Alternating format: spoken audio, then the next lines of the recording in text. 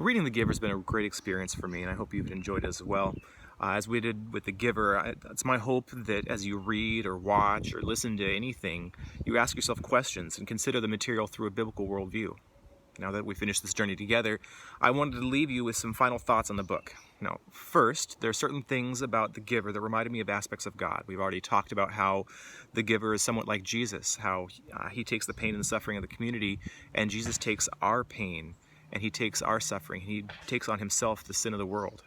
In addition, The Giver reminds me of the Holy Spirit, who's our counselor, and he guides us, just like The Giver guides the community, and he guides Jonas. Next, there are 3 short passages from the book that I wanted to read to you.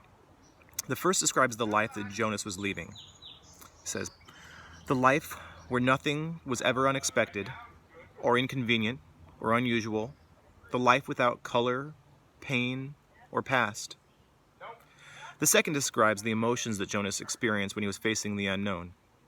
After a life of sameness and predictability, he was awed by the surprises that lay beyond each curve of the road. During his 12 years in the community, he had never felt such simple moments of exquisite happiness. Finally, the last explains what the community was missing. If he stayed, he would have starved in other ways. He would have lived a life hungry for feelings, for color, for love. All this makes me consider the world in which we live. Now, we know God is all-powerful, and he's wise, he's good, he's that loving creator. He made choices in how he created us in the world, what he allowed and what he didn't allow. God gave us choice.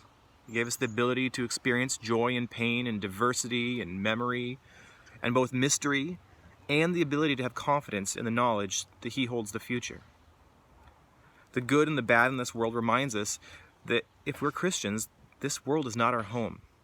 There are good things here. There's good things like love and joy and community. All of them are kind of like memories of a place that we haven't been yet.